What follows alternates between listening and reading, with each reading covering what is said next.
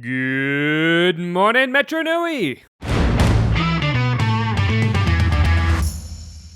Welcome back to another episode of the Barraki Talk Show. We're your hosts, the Mielik brothers, Jacob, Samuel, Thomas, and we're glad you're joining us today as we talk our way through the weird and wondrous world of Bionicle.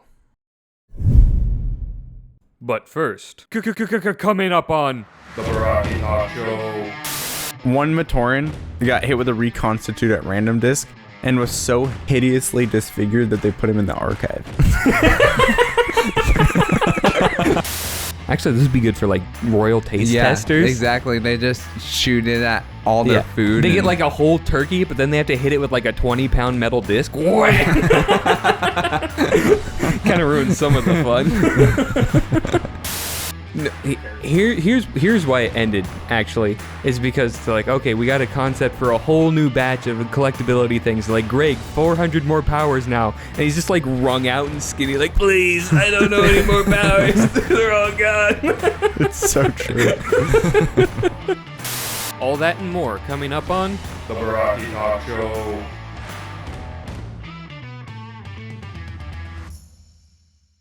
Formed from the purified liquid protodermis of Metru, Kanoka discs are ubiquitous items on Metru Nui that shape many aspects of Matoran life, and in turn can be shaped into the masks that are vital to the Matoran species.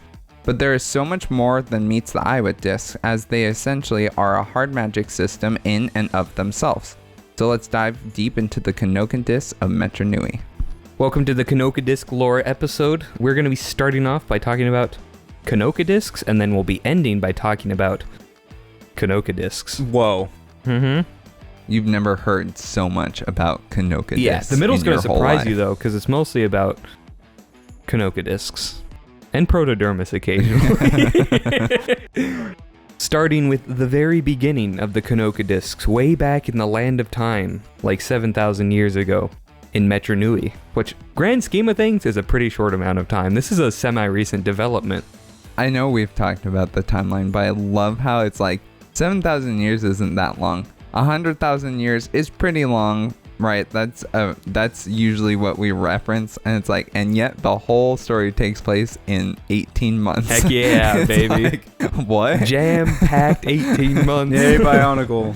It was relatively recent in the timeline, and the method involved heating and cooling refined liquid protodermis in a mold until it forms a new basic Kanoka disc. So this is the liquid protodermis once again coming in to just do whatever the heck it wants, but instead of heating it under pressure like they do to make it into molten protodermis, they heat it and cool it until it's a Kanoka disc. This is a protodermis question, but so heating liquid protodermis under pressure creates molten protodermis. Is that what you said? Mm-hmm. Okay, so, but then when it cools off, it becomes solid protodermis, right? Yep. Okay. So solid metallic protodermis. Okay, so why does the molten protodermis not have powers like a Kanoka disc? Excellent question, and we'll actually get into that later, but I believe it's because Kanoka is kind of a property that things in the universe can have. I remember. Yeah, okay. There's things with Kanoka property that aren't necessarily Kanoka disc. You'll get into it, yeah. You said, right? Mm-hmm. Okay, well, I'll leave it for then. And continue on with the opening thoughts, though. Kanoka discs have existed most likely before this process was invented. Okay. Just they weren't made with this specific process. Okay, so what you're saying is the Kanoka, like this process doesn't make a Kanoka disc in the sense of the Kanoka aspect of it. It's almost like how they would make a better vessel for whatever the Kanoka property is. Is that right? No, it'd be more like using cheaper or more abundant materials to make a similar quality product. Well, that's what I'm saying. Yeah. So like in the past, they may have not had the ability to do such a nice refined process, but they were still maybe using protodermis to actually create the Kanoka disc, but it wouldn't have looked like the Kanoka discs that we know. Yeah, it may not have looked the same, or it could have just, I don't know. We don't have any information about it, so it's hard to definitively say. However, I speculate that this process is easier than whatever they were doing before, which contributes to the ubiquity of discs on Metru Nui specifically, whereas they're relatively rare outside of Metru Nui. Okay. So I'm guessing it was just a much cheaper way to make the process than other islands tended to do. So these discs are primarily manufactured on Metru Nui because they do have this technique, and because they have so much refined liquid protodermis. That's what I was going to ask too, and now I can see it. But yeah, like we've talked about how they're always refining liquid protodermis, and as far as I know, there's not an abundance on any other island, especially not like Mata Nui. Yeah, I'm guessing Zia would be the only other island that has any level of industry to keep up with Metru Nui, but they don't seem to have massive amounts of it either. So that's why Ga Metru is specifically dedicated. It's like, we're doing this one thing and we're doing it really well. And they did. Yep, because when you have a magic material that can turn into whatever the heck you want all of it you can get. Okay, now we get into the discs proper. What is a Kanoka disc? So when a disc is created, it is created with 3 properties: origin, power, and potency. These are denoted by 3 digits that are inscribed on their disc when they're made. What? I didn't know that. Really? I always knew there was a number on the disc, but I had no clue what it meant. This guy really knows nothing about Kanoka. I told you I had no clue. Big dum-dum over here. I know that they fire it out of disc launchers in the physical sets, and that they shrink into a magic backpack in the Legends of Metru Nui. Besides that, nothing. Yeah. So, the first digit is Metru. This is whatever Metru it was created in, because all the Metrus do create discs, and this grants them a certain property. So in Ta Metru, this is 1. So it'll be 1 as the first digit of the disc if it's made in Ta Metru. These are stronger and can knock obstacles out of the way when they're flying. 2 is Ga Metru. So these could change direction in midair according to the user's thoughts. So like people often use them. Arrow. Huh? Like Yondu's arrow. Yeah, like Yondu's arrow. Not to that same amount of control. Like it can't like turn around and stuff, but it can like, they use it to dodge all sorts of stuff and go in like zigzaggy patterns. It's super broken. I'm like, this is one of the best ones by far. Who cares if it's slightly stronger? Just telepathically manipulate it. Number 3 is Po Metru, and this grants it homing on other Kanoka discs and deflects them from their course. Oh, that's cool. And this one's actually really interesting because, no, we'll get into it later. But tidbit coming up, that's cool and funny. It's mostly funny, okay? It's funny, believe me, you'll laugh. They're not laughing, Jacob. I feel like the homed in on other Kanoka, the immediate thought I have was a beater and a bludger. Yeah. Number 4 is Ko Metru, and this allows it to dodge obstacles to get to the target. So with Ga Metru, you have to think about dodging the obstacle. The Ko Metru one is just like, I got this. Okay. It just dodges it for you. AI initiated. Well, the Ga Metru discs aren't just about dodging.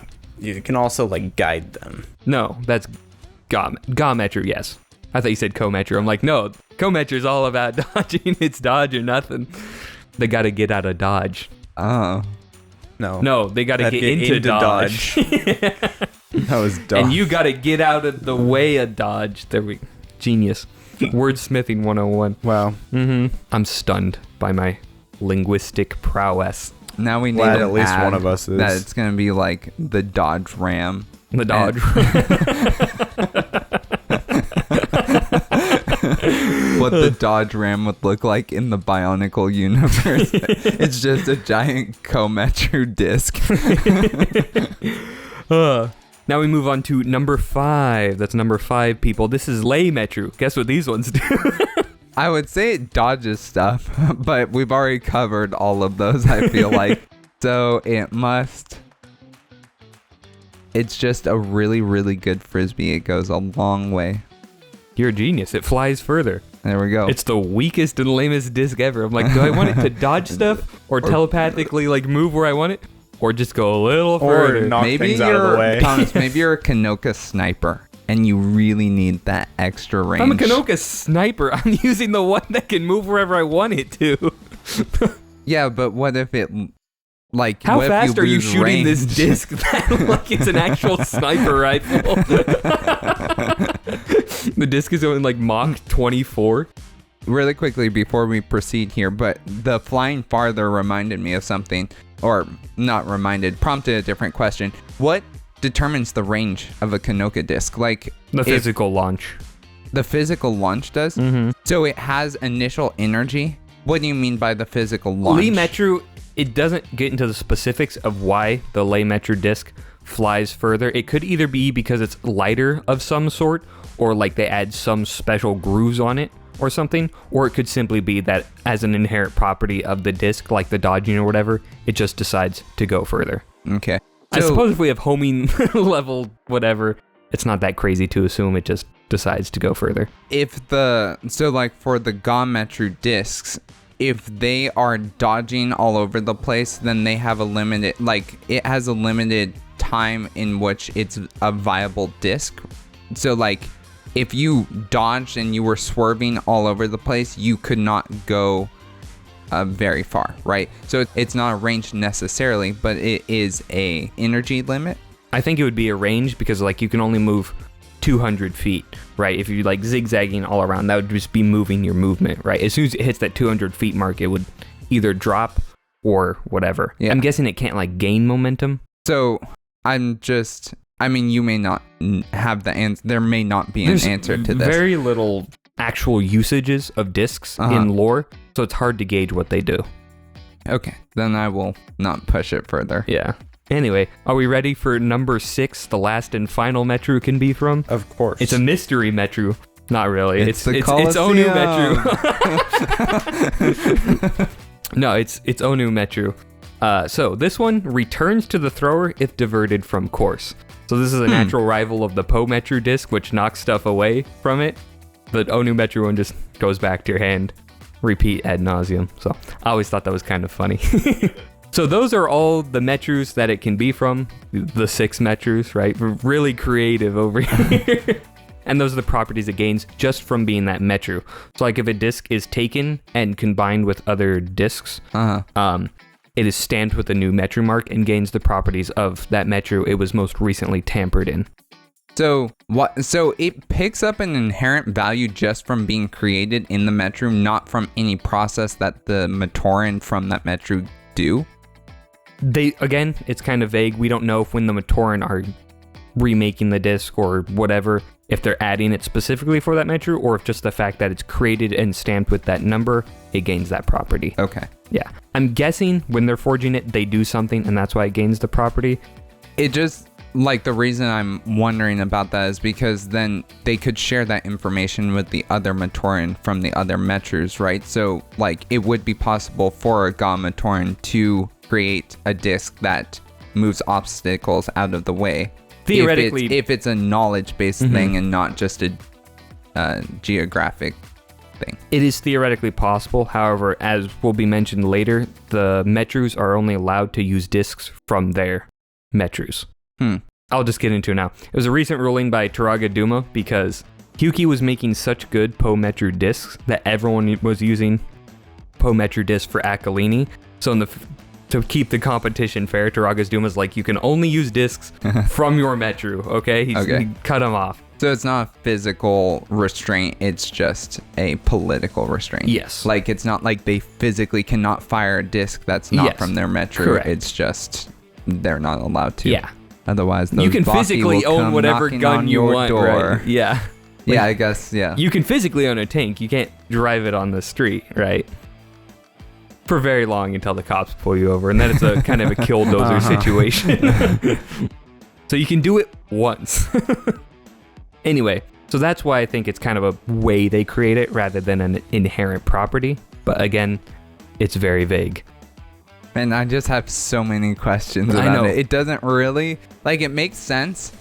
I understand what they're doing, but it raises a bunch of questions where it's like, but what about this? But what about this? Like all the edge cases. I mean, not even edge cases, just like general questions. That's what frustrated me about disc lore, because like researching, I'm like, there's just not enough. Yeah. Right? Which is why I give in the opening monologue, I'm like, this is a hard magic system, right? Like, yet we're missing so many pieces from it. Yeah. It's tantalizing, really. Okay, now we come to the second digit that is on the disc. So the first one is the Metru, 1 through 6. Okay. The second one is the type of power, so the ability of the disc, what it does when it hits something. This power will be generated when the disc is fully formed and created for the first time, right? Mm-hmm. So when you make a new disc, it's going to have a random ability, and you just have to deal with it. Okay. Right. There are 8 effects that a disc can have when it is made. These are the basic Kanoka effects, okay? I was just chuckling because they really scaled down from the rock sheet. Yeah. They're like, that was too many. Okay, let's cut this down to only 8. Yeah, well, may have a surprise for you later, Samuel. Oh no, I spoke too soon. So, number 1 on the disc, this is reconstitute at random. My personal favorite disc, because this thing is hilarious every time it's used. It temporarily scrambles the molecules of a target, resulting in a new and unpredictable shape. The scope of the change is tied to the power level of the disc, and it can affect both living and non-living targets. So you shoot it at something, could turn into literally anything. It's like energized protodermis on demand. It's just phenomenal. And it's not tied to destiny at all. It's just you hit it and it's like molecules just do whatever the heck you want. So will it ever completely like dissociate to where it just is gone? Like all of the molecules just disappear? Or is it always like every molecule that was in the object rearranges into a new object without any loss? That's also a very highly technical question. I was gonna say, I don't know. Sometimes it seems to gain mass. Like Vekama shoots a Morbizak vine, and it like grows a giant mouth and fangs. So I'm like, that wasn't there before. I'm assuming it can add mass. I'm assuming it just like grabs molecules from the air around it. So, or protodermis. That's my only thing. Or protodermis. Yeah, I mean, yeah, maybe the disc adds some of its own stuff. could be. I don't know. It could also just create matter, as we have seen. Yeah, good point. There isn't a reason it can't just create matter at will. Anyway. As we've seen, that can happen often. Yes. Yeah. I love the insights you bring to this episode. Thank you.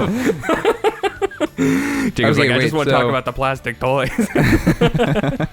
I already know all this stuff. Samuel is learning. I am learning. This is quite interesting. So you said the scope of the change is tied to the power level. Mm-hmm. So meaning like the more powerful the disc, the more dramatic the changes? No, that's what I was trying to clarify. If you hit it with a disc, the more powerful the disc is, so the power level, which will be the third digit, affects how much matter is changed. Mm-hmm. Reconstitute at random, whenever something is hit with the effect, it can turn into anything, no matter the power level. Okay. Yeah. You might mention this, but one Matoran got hit with a reconstitute at random disc and was so hideously disfigured that they put him in the archive. What is the source on that? The Bionicle Encyclopedia.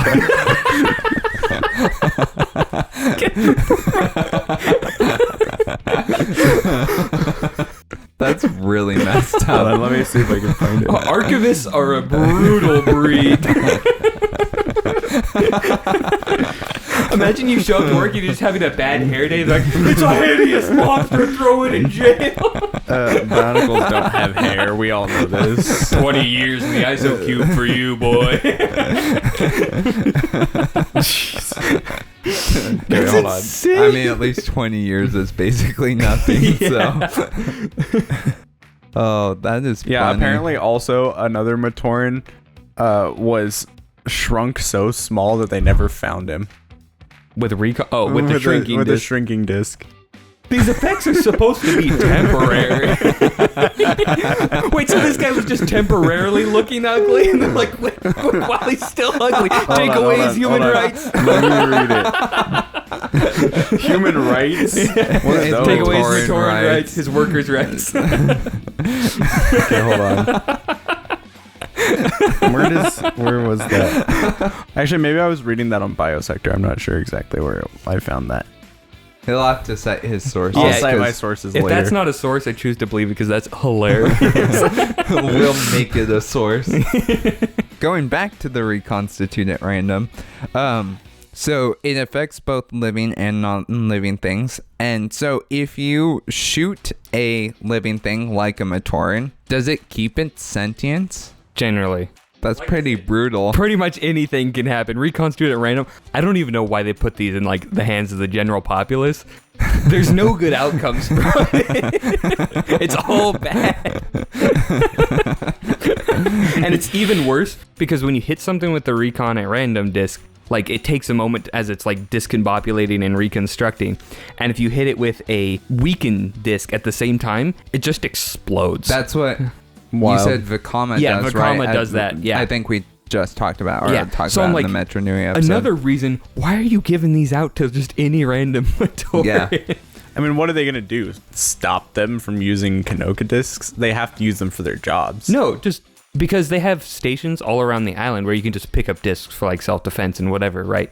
Just take them out of those things and only give it to like the craftsmen who are using them for masks or That whatever. is a fair point.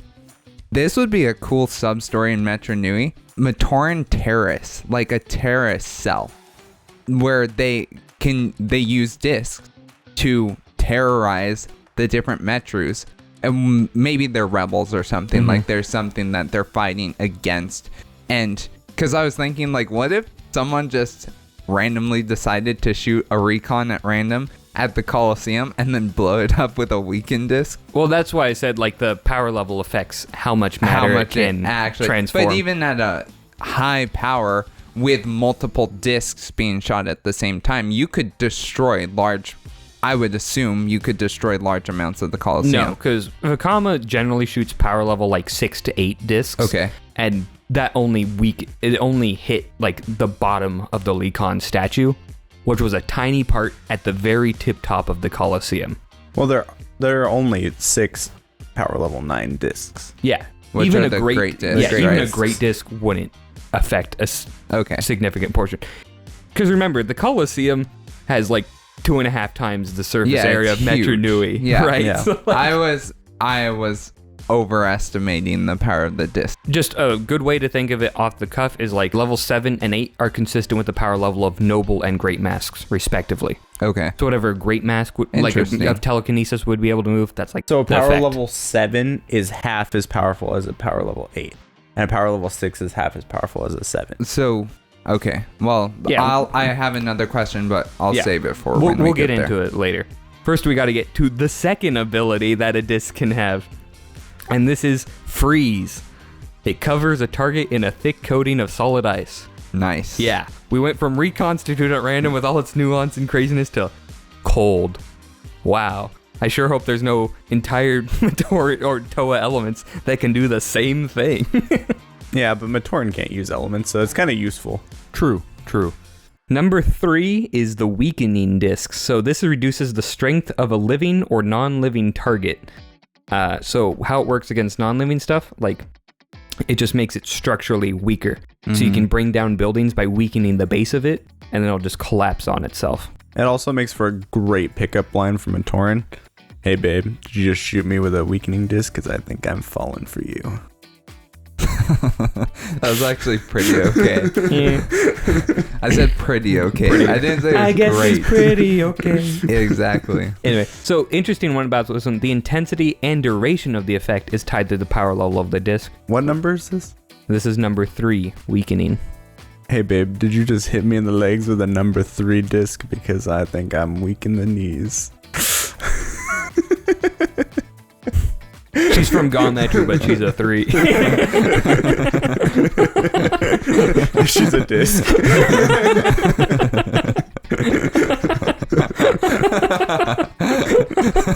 I like her because I can control her with my mind. No.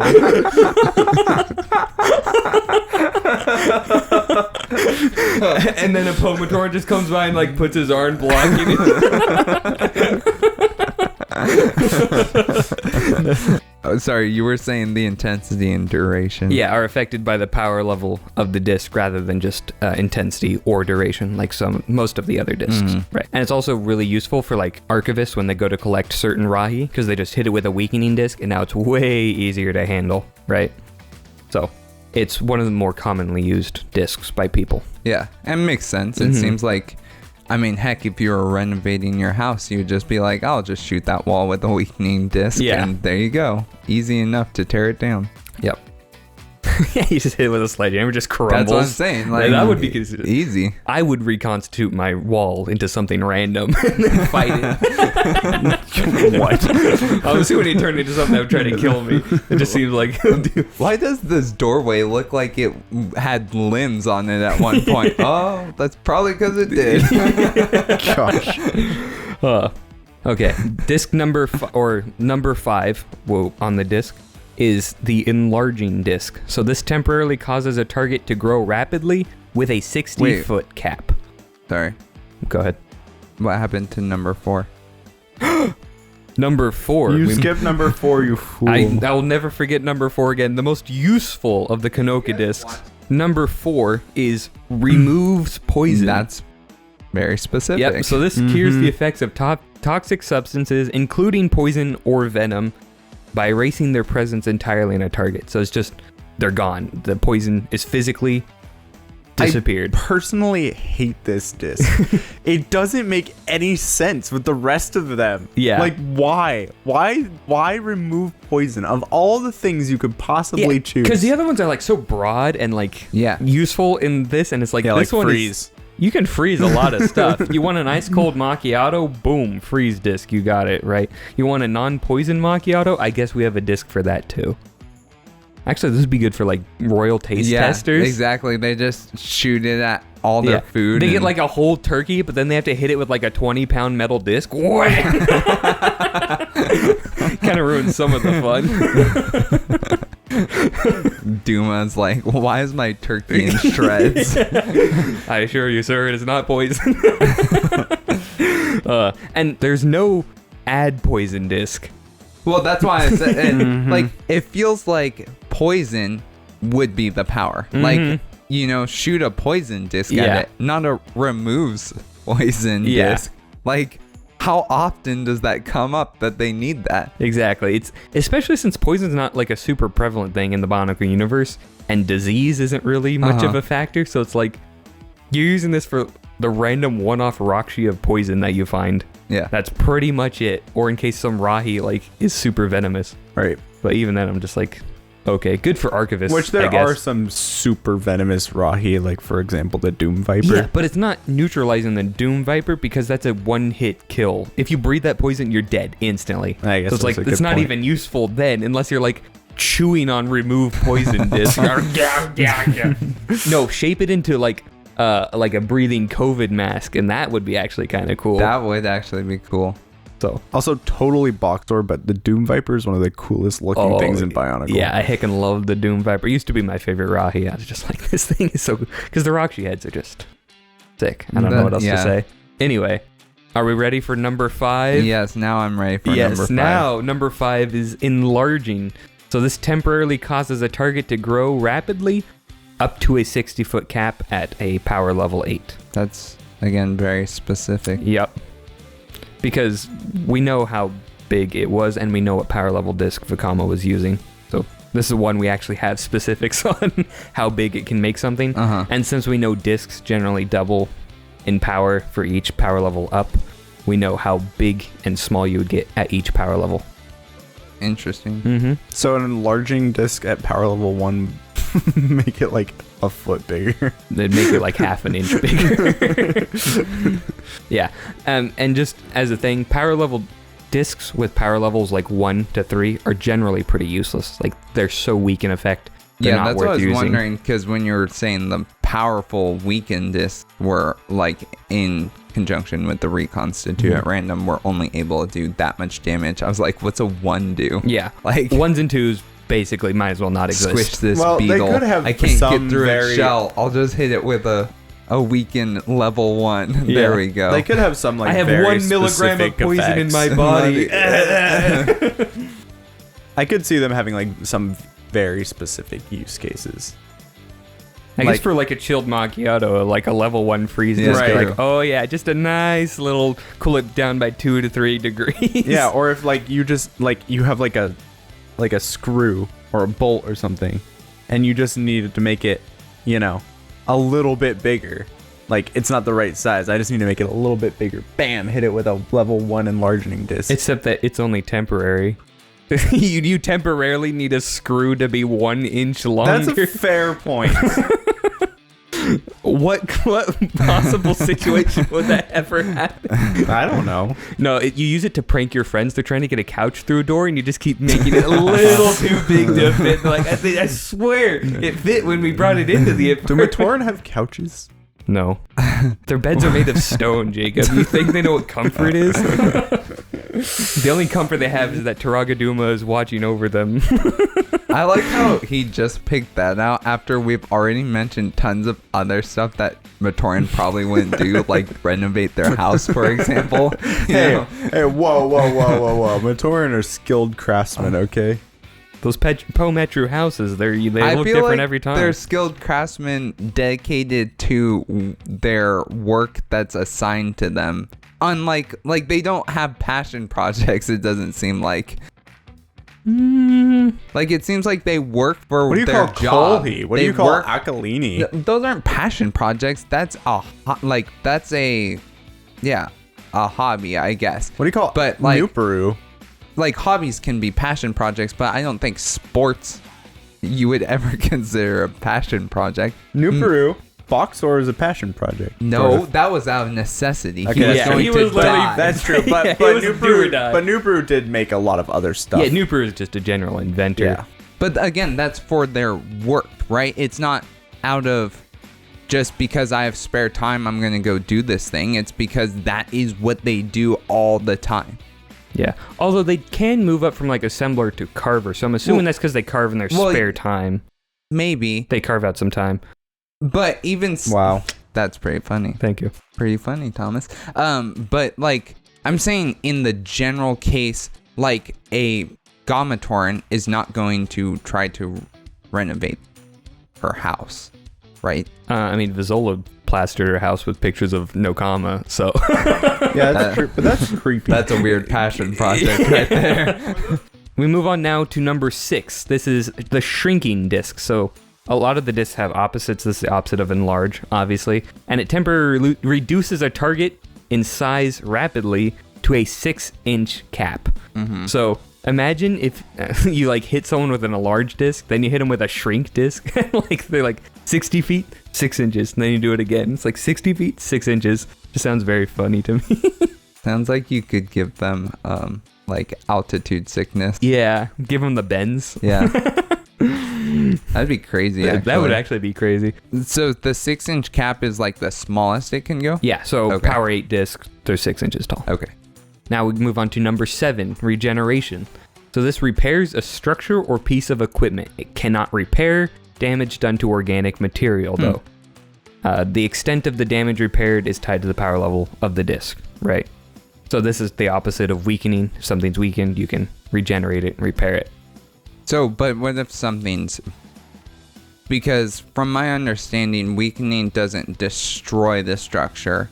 It just weakens the it's not an exact makeup, right? Yeah, yes. So, like, if something was actually broken, would the regenerate disc fix that broken thing? Yeah. So if you have a broken tool or wall or whatever, hit it with a regen disc, boom, back to normal. Okay. And they actually mention that a lot of the new buildings they construct have built-in regeneration discs. So if they're damaged, you can just yank a chain and it repairs it.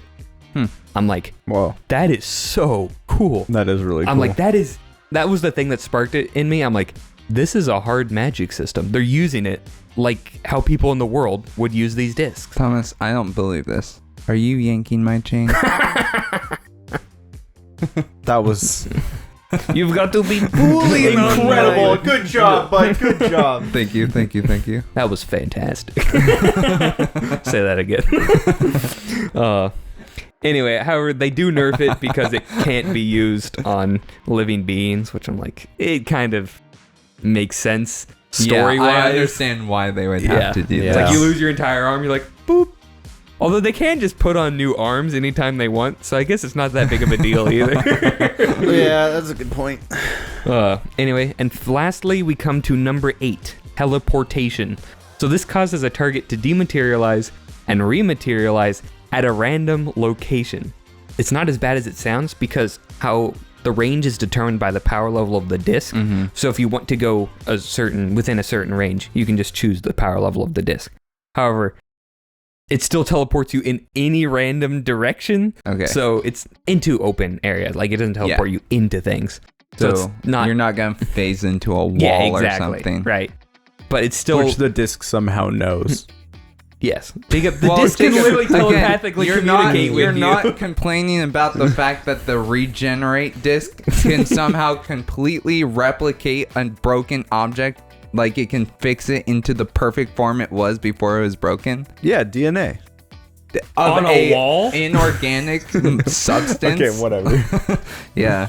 Anyway.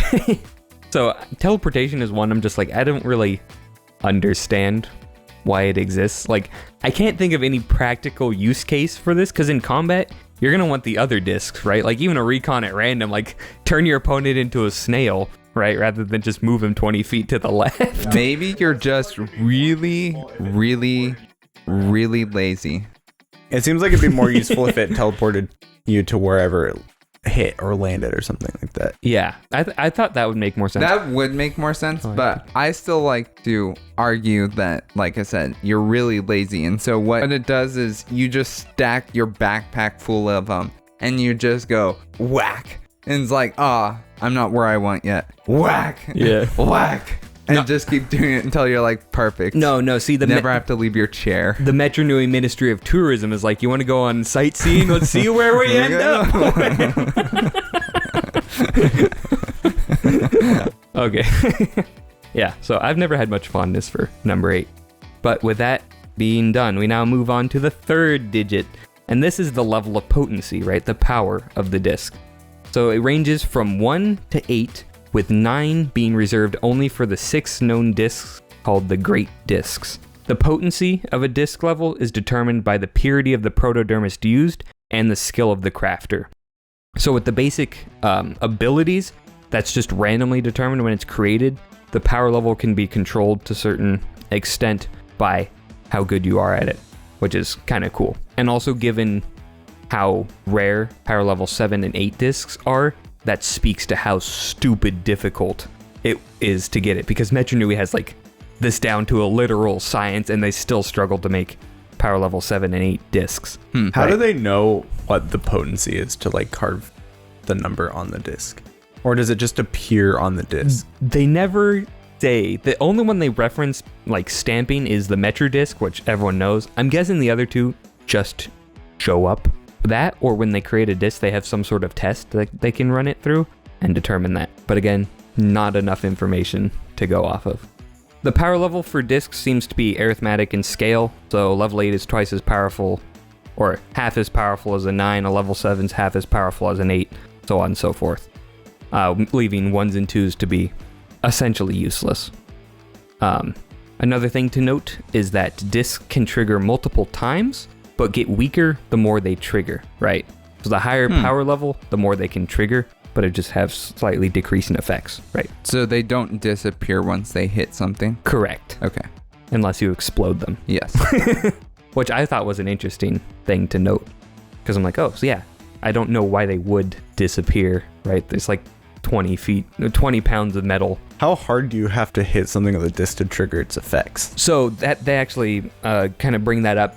Touching it, obviously, you can touch it and throw it with no problem, right? It has to have some amount of force, which seems to be fairly significant, which is why they have the chains in the things, because you need all that leverage to knock it into the building to trigger the effect. That's why you also need disc launchers to trigger it more consistently, and also why limited range happens, because if it's going too slow, it's not going to trigger the effect. Yeah. Right.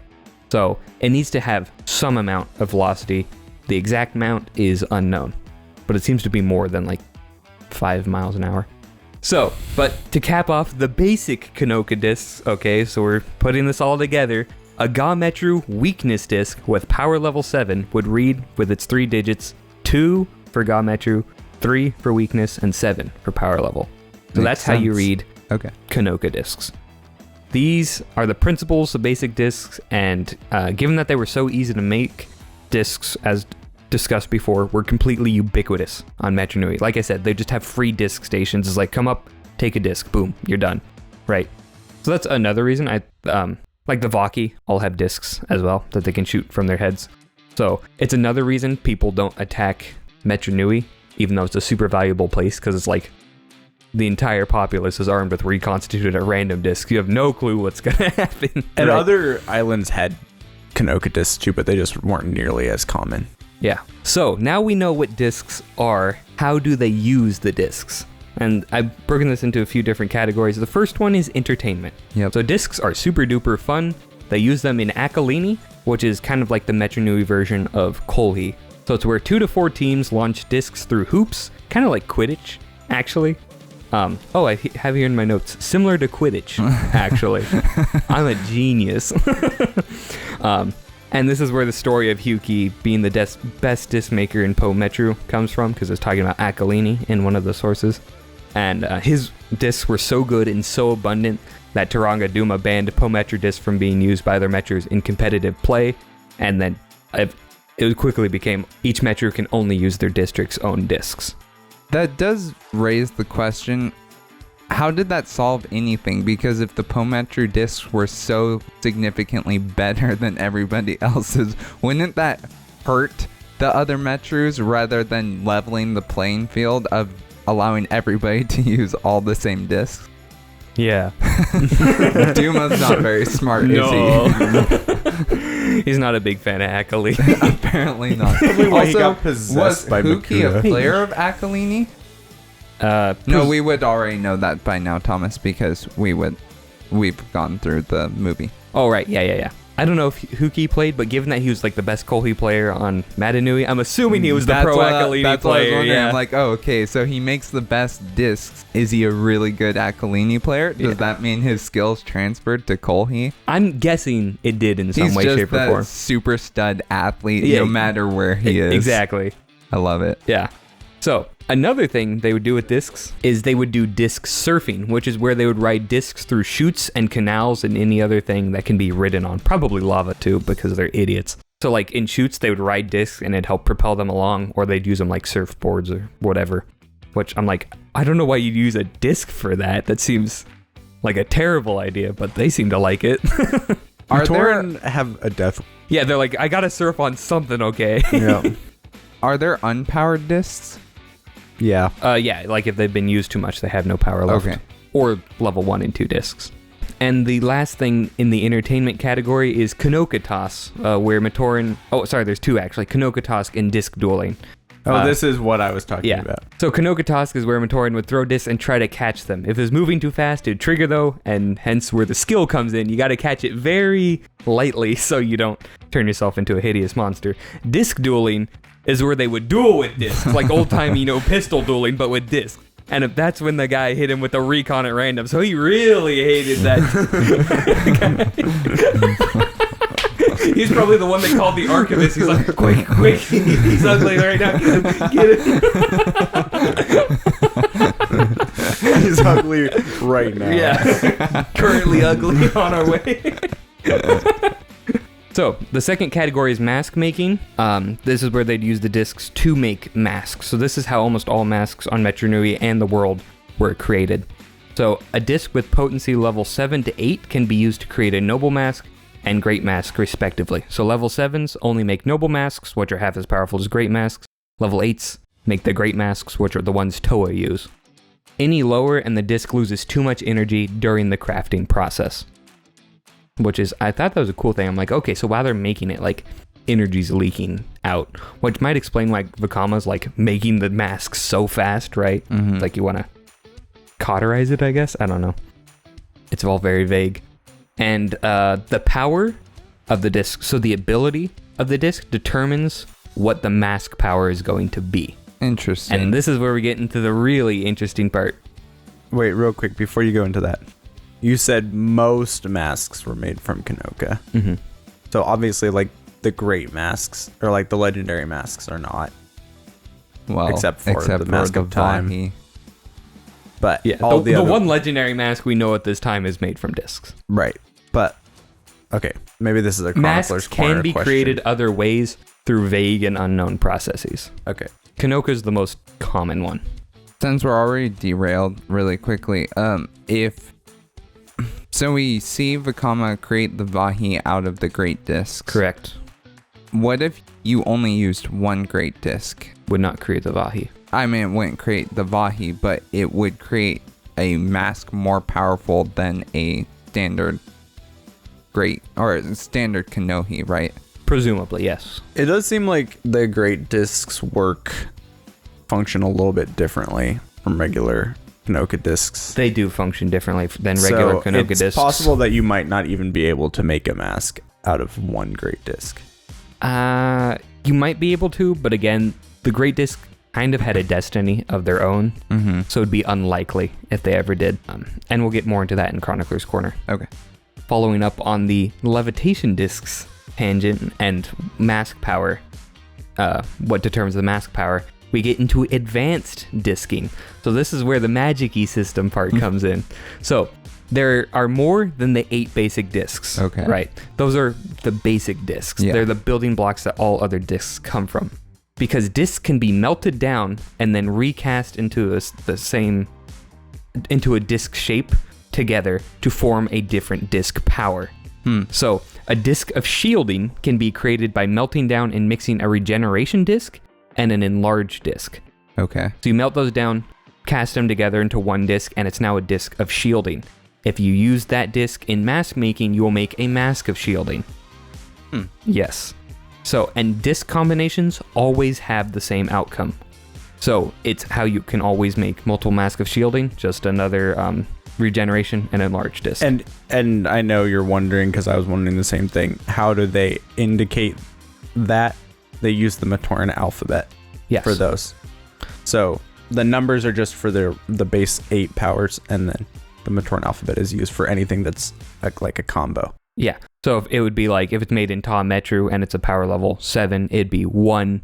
And say it's a disc of shielding, it'd be like 1A7. So they almost use like a hexadecimal system, except they're using more than hexadecimal because they would use the whole alphabet. Okay. Yeah. And they may even use past that. We don't know because there's essentially an infinite amount of disc combinations, like we'll get into. So any disc can be melted down and merged with another disc. So you can merge a merge disc with another disc.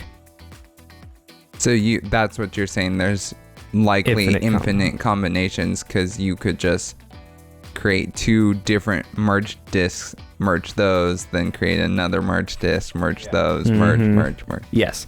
And different ratios of discs don't affect their powers. So if you add 2 freeze discs and 1 regen disc, it will just act like you added 1 freeze and 1 regen. Right. Yeah. So to merge discs, they must be of the same power level. So you can't merge a power level 6 and a power level 7. They have to be both 7s or both 8s or both 6s or whatever. Right. So this is why we see very few. This is why we know only a few combinations of great discs, because making that many level 8 discs and being willing to keep merging them is very wasteful. Because when you merge 2 discs, it's just the exact same shape and size as a normal 1 disc. So presumably an entire disc is disc worth of matter is getting lost in the process. Yeah. Right. So that's another reason masks are harder to come by than discs. I have a question that's not related to this specifically, but having to do with masks and how that all works when you create when you create a disc of X power and then create a mask from it. So like you said, a disc of shielding can be used to create a mask of shielding, right? So when Matoran gets transformed into the Toa, like the Metru do, what determines their mask power? So like, for example, we know the mask of shielding is we've seen it. We've seen the how, right? And then you know that like Jala, for example, has a mask of shielding, right? So if Jala was turned into a Toa, would he have the mask of shielding in that current state, or would he have an entirely different mask power? Destiny. It can change, I believe. Generally, they stay the same. So, like, whatever mask the Toa Metru were wearing as Matoran is what mask they ended up having. So it's not communicated well in the movie, but the canon answer is they did know what their mask's powers were. They just didn't know how to use them. Okay, that's interesting. So, like, Vakama knew that he was wearing a mask of concealment. It just wasn't a great mask at that point when he was a Matoran. Mm-hmm. Okay, it was a powerless version of the mask. It was a powerless Huna. Mm-hmm. Gotcha. Mm-hmm. That's pretty cool, actually. I've never really thought about that.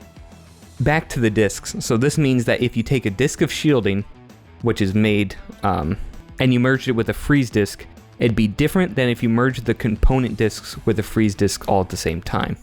So if you merged a regeneration and an enlarge with a freeze, that would not give you the same outcome as if you merged the regeneration and enlarge into a shielding and then mix that with a freeze. That makes sense. Mm-hmm. Which I'm like, so you can merge more than 2 discs at a time. Yep, okay. That's another thing that complicates it, right?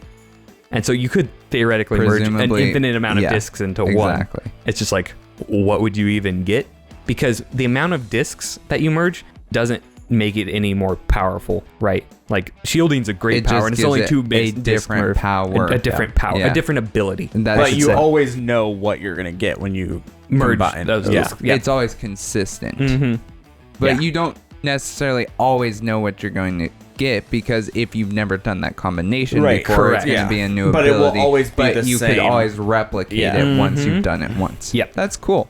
Yeah. I was like, when I saw all of this, I'm like, okay, this is a hard magic system. Like, this is just a straight up magic system. But there is also an element of skill, because if the mask maker messes up the form of the mask, then it won't work properly, right? Nope.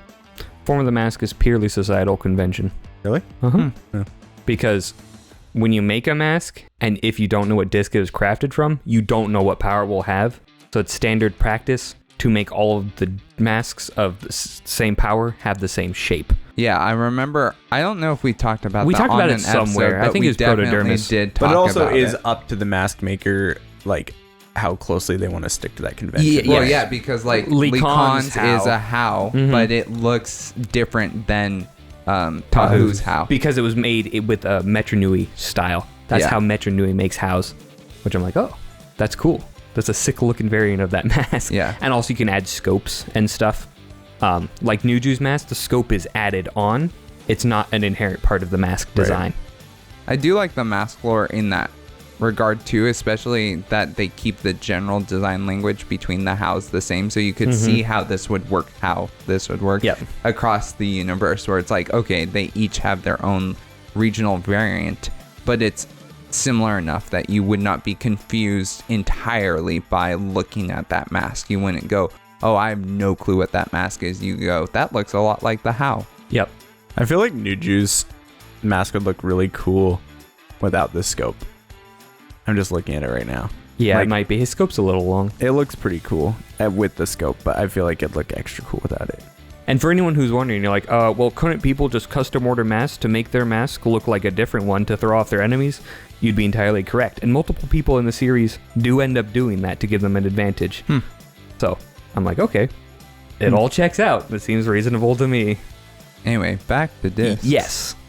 Another thing to note, the combination order of discs doesn't affect anything. So if you have like BC and CB as disc things, right, they would both equal E, right? Yeah. So if a freeze and enlarge or an enlarge and freeze will make the same combination. This whole process means that there's an almost infinite number of disc powers that you can make. There may be a limit of like, there's only so many abilities a disc could have, or there may be some other limitation. We haven't reached it yet, right?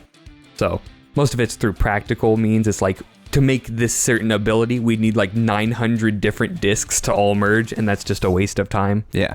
So those are the only real limits we have on it. This takes us to the next section. Hard magic making is what I like to call it. So this is explaining why the discs are a hard magic system.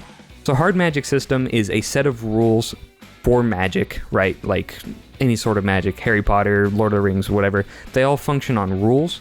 A hard magic system is defined by knowing what those rules are and being able to take them to their logical conclusions, right?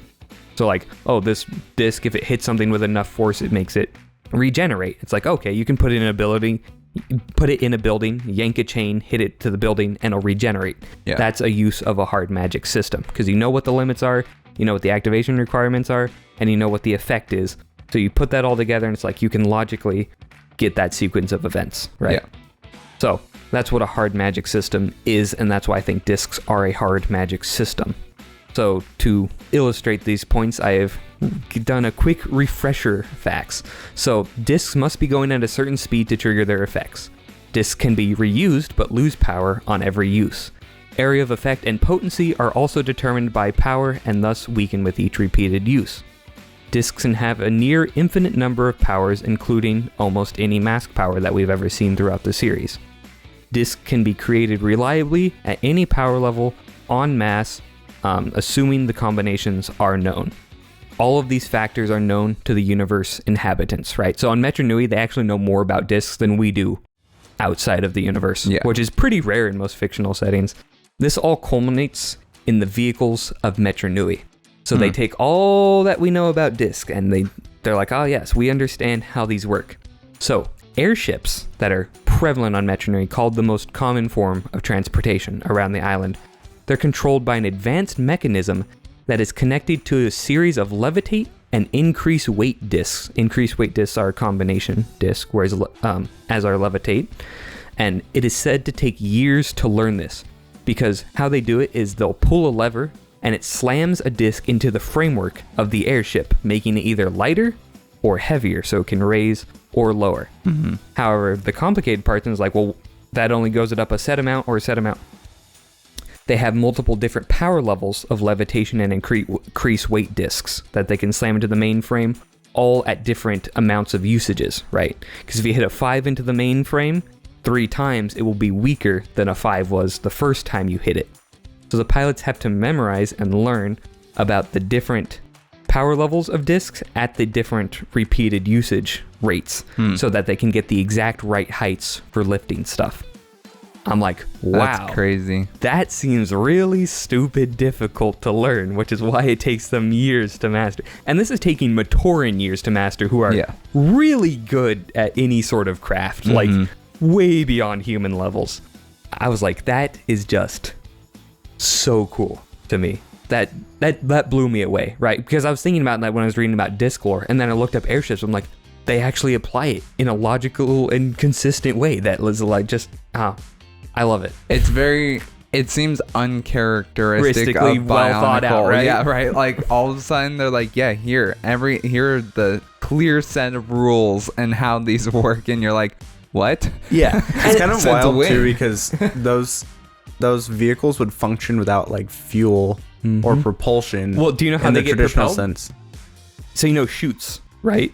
They have an enclosed sphere of a piece of chute on it, and how they move forward is they just let out a small stream of the magnetized liquid protodermis to propel it forward. I'm like, that's genius. And then it enhanced that with a speed disc and.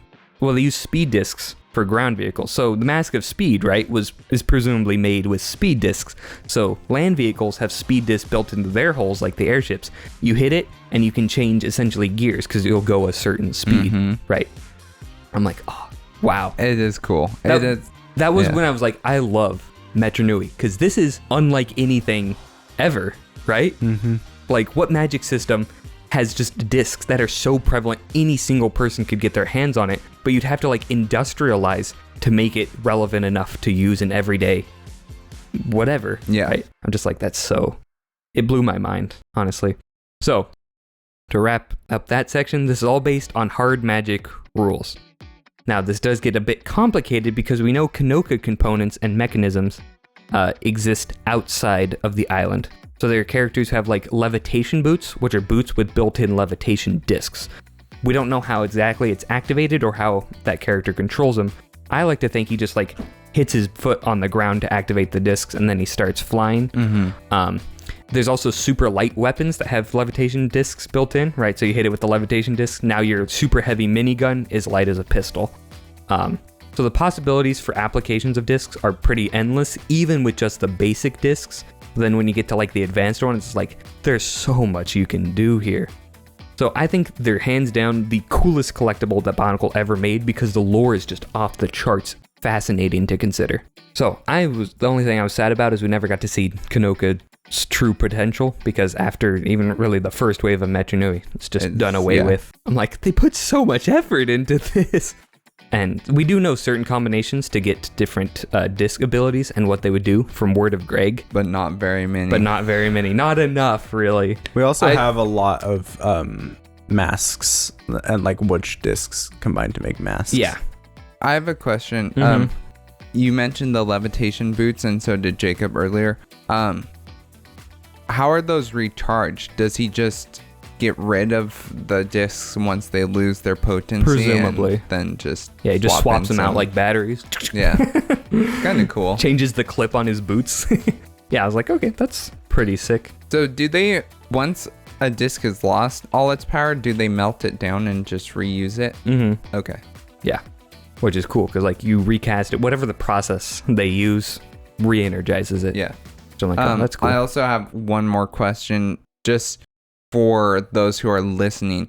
You keep referring to it as a hard magic system, but there are other like types of magic systems, right? So what, like you explained what makes a hard magic system, but could you explain like what makes a soft magic system as a direct comparison to why this it would be classified as hard? So Lord of the Rings has an infamous soft magic system. So like Gandalf, you know who Gandalf is. You don't know how powerful Gandalf is or what specific magical tricks he can do at any given time. Sometimes he can like cast a fireball. Sometimes he's just lighting small acorns. Sometimes he's calling eagles on a butterfly, right? It's like you can't predict how Gandalf is going to use his powers in any given situation. If you have a Kanoka Disc of Weakness, which is the hard magic system, whenever someone with a Kanoka Disc of Weaknesses and you're like, okay, I know what he can do to his opponent, he can make him weak temporarily. Right, so you know exactly the parameters of what is going on. And there's degrees to hard and softness, right? Some are even harder than Kanoka Discs, some are even softer than Lord of the Rings. Those are just two general descriptions that I like to use. Cool. Now, we move on to the Great Discs. Yay. So these are shown in the Legends of Metru Nui movie, and they act differently from normal discs. So most normal discs have to be literally melted down and merged together physically, whereas the Great Disc, you just touch them together and they start to merge. And we see this in the movie. Legends of Metru Nui. That's how Vakama combines them all into the Disc of Time, which he then sculpts into the Mask of Time. The Great Discs are stamped with the Metrus that they will be from, because they were not made by Matoran. They were made somewhere else and placed in Metru Nui by outside forces. So that was going to be the question that I had earlier, is where did they come from? Like, who crafted the Great Discs? And we'll get to that in Chronicler's Corner. Okay. Yeah. And one interesting thing to note, the Disc of Time, you're like, okay, well, that wasn't from any Metru, it's a combination. What is it stamped with? It is stamped with the Metru of its maker. So it would have a 1 for Tom Metru. Because Vakama made it, because he's based in mask making at least. And these are the only discs in the entire world and canon to have power level 9, which is the most. So if a disc of enlarging makes you 60 feet tall, this would presumably make you like 120 feet tall. So they can also, in their weirdest trait, shoot energy beams rather than needing to be thrown to exert their energy. So this is what they use when they're fighting the Morbazak. Instead of throwing the discs at it to activate their effects, they just all point it at it, and energy beams shoot from the disc to make the sphere that kills the Morbazak. So they just do random stuff that doesn't have any semblance to other Kanoka discs. Did they know, so prior to the Great Discs existing or them knowing about it, did they know that there was anything higher than level 8? The Matoran seem to have always known about the Great Discs. I mean, in the lore, it seems like they kind of are just familiar with the fact that they're level 9 discs, but they're legendary. I would guess they would assume that there's a theoretical level 9, right? Because even Vakama is saying when he's trying to make the Mask of Time, he's like, I need more powerful discs. Yeah. And Duma's like, you have the most powerful discs, right? Level 8s. So I'm guessing they thought there was 9 because they do reference the great discs. They just didn't know if it was achievable for them. That's how I would rationalize it. We don't have enough information to really go off of. Okay. I don't even know how they knew about the Great Disc Scope because they were hidden the whole time they existed. It just seems like the Matoran know about the Great Discs. Like, They probably just saw it in their prophecies or whatever. probably, yeah. Vakama probably just got a vision. And he's like, "Arr!" Those Co-Matoran with their knowledge towers. Yeah. So, now we move on to Toa discs. Wait, real quick before we do that. I was reading about Kanoka discs and like the mask making aspect of them in the guide in the encyclopedia, and there's a lot of interesting ones. Like, for example, sorry, I'm trying to read this and also speak into my mic at the same time. The Mask of Shielding is made from growth and regeneration discs. Mask of Levitation is made from teleport and weaken discs, and presumably these are the same with their respective. Right, so like a levitation disc would be made from teleport and weaken, right? But then what's interesting is in here, it has on here the Mask of Shadows unknown and the Mask of Light unknown.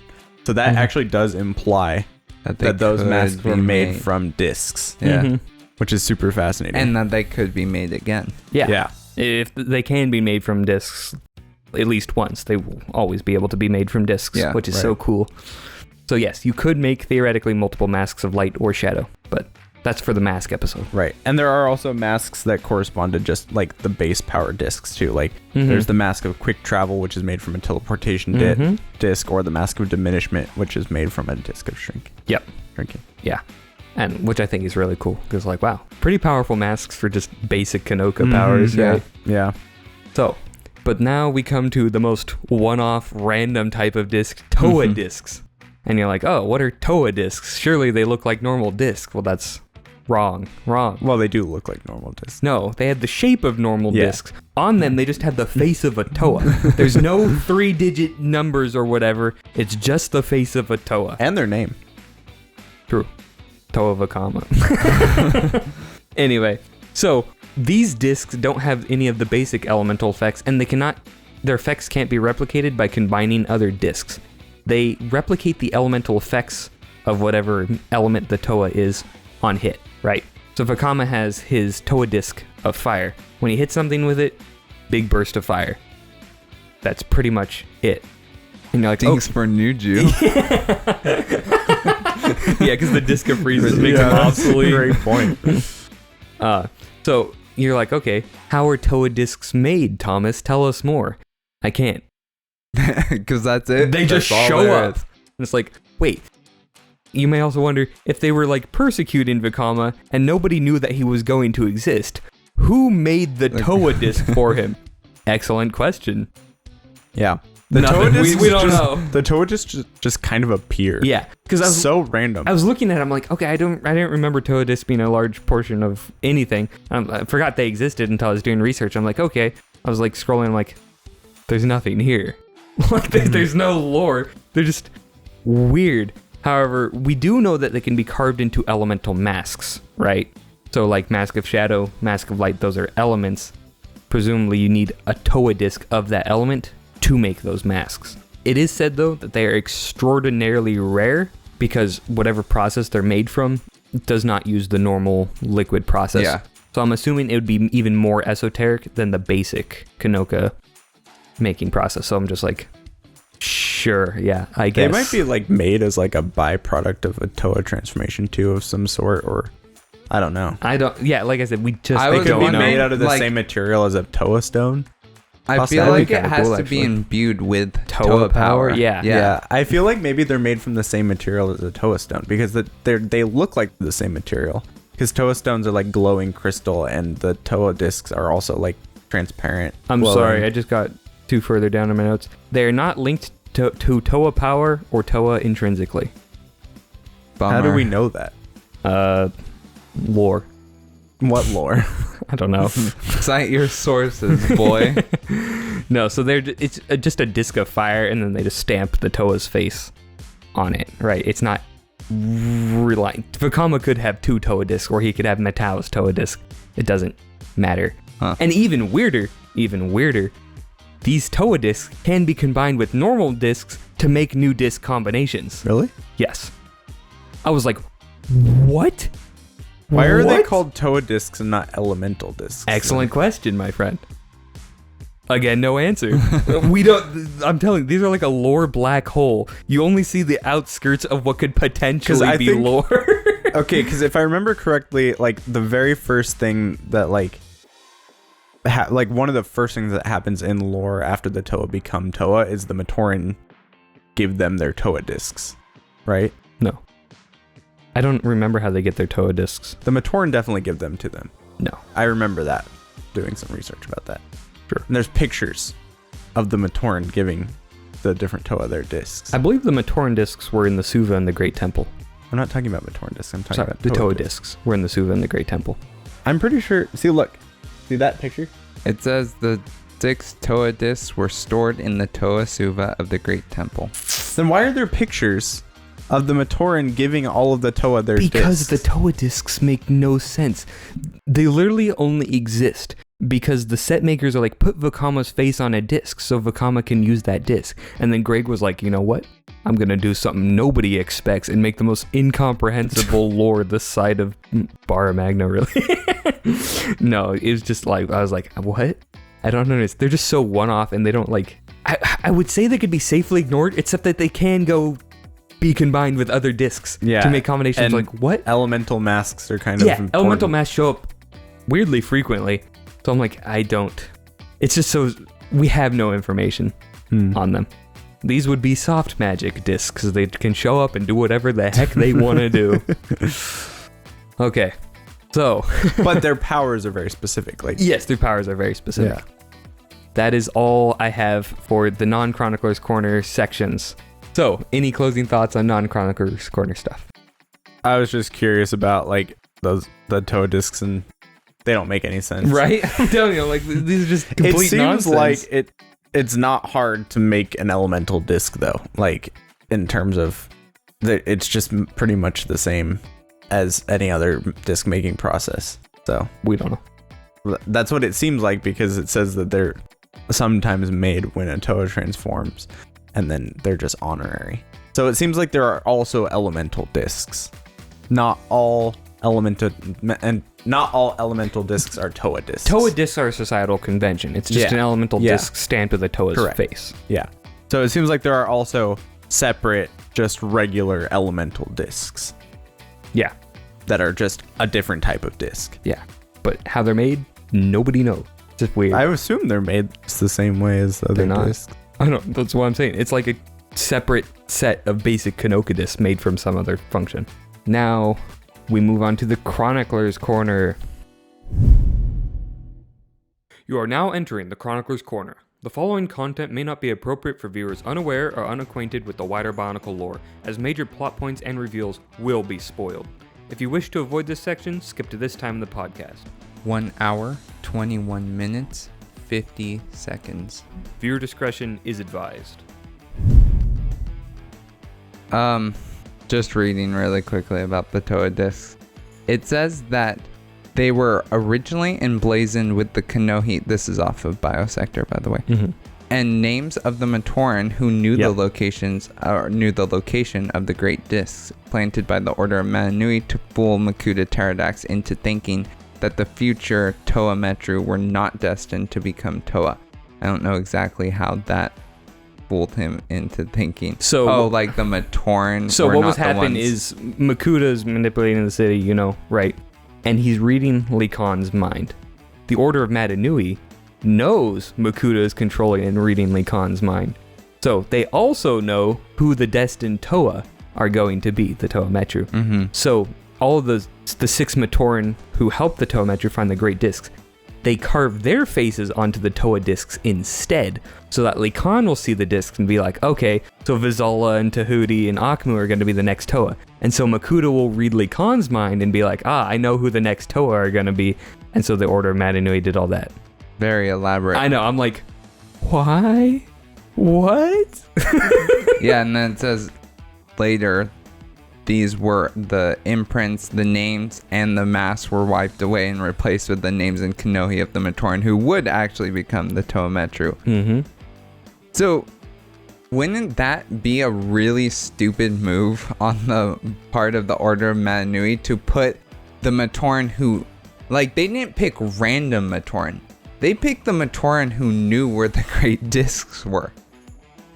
So even if Makuta was like, hey, these aren't going to be the new Toa, they still knew the location of the Great Discs. So there was still valuable information he could have gotten out of them had he just pursued that. Right? Yeah. So, like, because he wanted the Great Discs. He wanted the Mask of Time. He wanted the Mask of Time, but had he, like, presumably he would have connected the dots and gone, the Great Discs will give me the Mask of Time. That's what I need, right? Mm-hmm. And so it's like, if he could have done it without Vakama or without done it earlier, gotten the Great Discs, given them to Vakama before he became a Toa, right? Like, I assume he would try that if he could. And so it just seems weird to lead him directly to the Matoran. The only 6 Matoran in all of Metru Nui that do know where the Great Discs are. Yep. I don't know what to tell you. We haven't gotten to the Order of Mata Nui Yeah. at really at all. What you were talking about, I'm going to move to the Chronicler's corner. That's fine. Yeah, but what I was just going to say about that is, like, this is not the first nor last time that they will make baffling decisions. Super powerful organizations and being making truly baffling decisions is a hallmark of Bionicle. Yeah. So, going on the Great Disc topic, they were made by Artaka. I figured. Yeah, it's Great Beings or Artaka every single time. And these were teleported secretly to Metru Nui around 2,500 years ago, so really recent. And that doesn't include that includes the 1,000 years of Mata Nui, so really 1,500 years before the Legends of Metru Nui movie is when they showed up. Okay, so you're saying, like, where were our vantage point or in time is during Mata Nui. Nuva Or era they're or a little around- after. It's yeah. 1 year, give or So take. we're not looking at from the perspective of the Metru timeline wise. Correct. Okay. How the timeline's referenced, yeah. Yeah. So, I'm like, wow. That's why I guess they had prophecies about the Great Discs, because 1,500 years of being on the island and being completely hidden, I'm like, how would they have information about them at all? Right. Yeah. And also, guess how Artaka got them there? Teleportation. Bingo. He teleported on there like the Nuva masks to Mata Nui. That guy, he has some incredible power. Makes the coolest thing ever. Throw it in the teleporter. So true. He just hits it with a teleport That's disc. exactly what I was just about to say. Power level 200 teleport disc. Just bonk. So sometime later, the 6 Matoran did find them and keep them a secret. I do think it's beautiful how only one Matoran from each Metru happened to find it. That's called destiny, Samuel. A horse. Yeah. So, and it's funny because we don't know why Artaka did this specifically, because we know it wasn't on orders of the Great Beings, because he would have done it like 100,000 years sooner. Yeah. Right. And also, it seemed to just be a project he personally felt like doing. And we even know in an alternate universe, Artaka just took the Great Disc and made the Vahi himself. He's like, Which makes sense. yeah, which makes sense. I'm like, that makes way more sense. Why didn't he just do that and then like teleport it to Metru Nui if he wanted someone to have the Mask of Time, right? It's just It so was bizarre. to build the Kama's character. Yeah. He's like, oh yeah, this little red freak's gonna love this. Also, I don't know why, because the Ninra Ghosts are a group of Matoran that Artaka took in because they were like super crazy skilled craftsmen, right? I don't know why he didn't take Vakama. If Vakama's skilled enough to make the Mask of Time in the back of a moving Vaki transport, that seems pretty impressive to me, right? I feel like Artaka He should has teleport. really high standards. Yeah, Artaka should have just teleported there, grabbed Vakama, and been like, "You're coming with me, boy." Because Maybe it's because Artaka knew that his Artaka can teleport Okay, of freely course around he the can. entire Matoran universe. Maybe it's because he knew that Vakama was destined to become a Toa. He can still become a Toa. Just hand him a Toa stone. Go to Likon, teleport to Likon, grab a Toa stone, teleport to Vakama, throw it at him. Beat him with it. Would that work? No. They have to put it in the Suva. Oh. Anyway, Artaka's just... I can love Artaka so much. The other thing in the Chronicler's Corner is that Kanoka components can be made without the Metru process, as Zia and others have access to them. But Kanoka components do not have to be Kanoka discs, right? So you can make a component and like add it to a gun or whatever. This is what Zia generally does. Like they had some weapon. It was like a Kanoka axe or whatever, where it had built-in levitation. Like you click a button and it just makes it super light, so you can. And then had an increased weight disc on it. So Is that the super one heavy. that was added to canon later? Mm-hmm. Yeah. Yeah. That we talked about right at the beginning of the episode. So Kanoka is not necessarily the process. It's a description. Like it's a description of a series of effects, I'm Yes. guessing. Okay. Yeah, because I'm guessing it's a description of the effects of the 8 basic Kanoka discs, which seems to be a more fundamental state of being than other types of elemental powers. That's how I guess I'd put it. Because you can make it multiple different ways and in multiple different shapes, right? So it seems to be there's something that gives Kanoka power, is how I would theorize it, but we really don't have enough to go on. Yeah.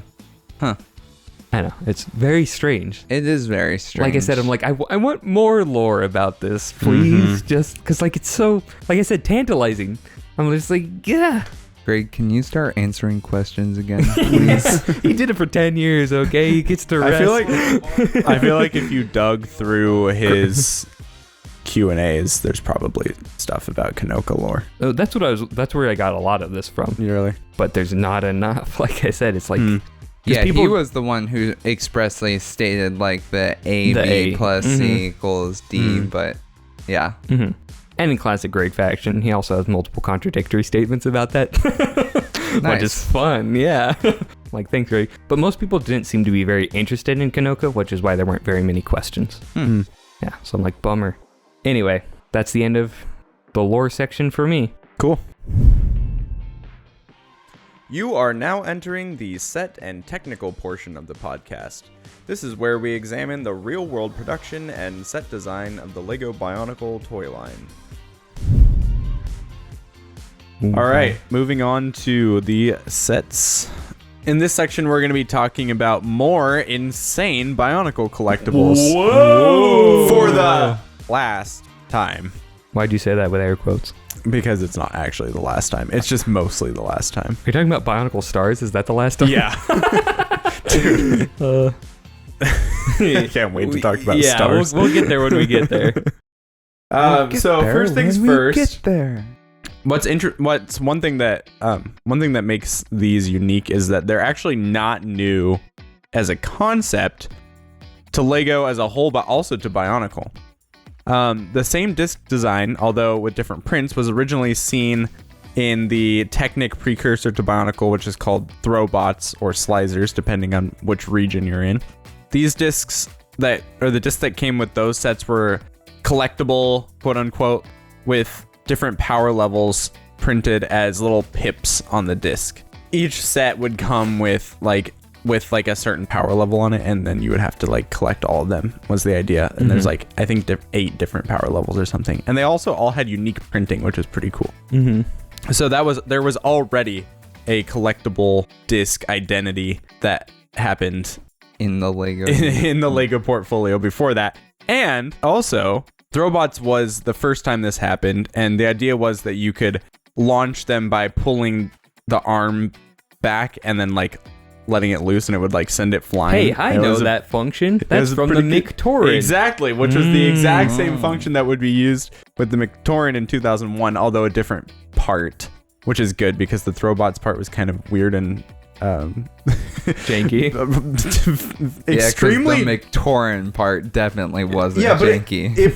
Actually, the Matoran one works pretty well. Yeah, they're surprisingly jank-free for The Throwbots how one janky also works well, but it's just hard to use because it's so long. Yeah. The Matoran one is actually like a usable size, which is nice. But with the Matoran, it didn't have that collectible aspect because basically each one of the Matoran just came with a disc that had a mask on it. Like the printing of a mask. Not on a it. Toa disc, a Matoran disc. Right. And then these are the ones that I was talking about that are like the bamboo discs. canonically made out of bamboo. Yeah. Which was interesting. Which, how the heck would you even do that? Do they like... How do you make a disc out of bamboo? Yeah. You get a really, really, really Big wide piece of stalk. bamboo. Yeah, of Maybe they bamboo. like mash And up you- all the bamboo and make it into like a paste and then harden it or Would be something. That's what I was interesting, thinking kinda they were like how doing. we make bamboo plates and stuff now, Yeah. like the bamboo composite. Anyways, That'd be kind of cool. That would be cool. And so each of the Matoran had their corresponding Toa's mask on it. And I don't know why they had their Toa masks and not their own masks. Although they're Wait, you all telling me their- these were Toa discs the whole time? except all of the Matoran share the same mask shape with their corresponding Toa, except for Holly, That's who so has bizarre. Nokama's mask for some reason. Huh. Taraga, no comment. Yeah, very That's so weird. I know, super weird. Anyway, Bionicle at it again.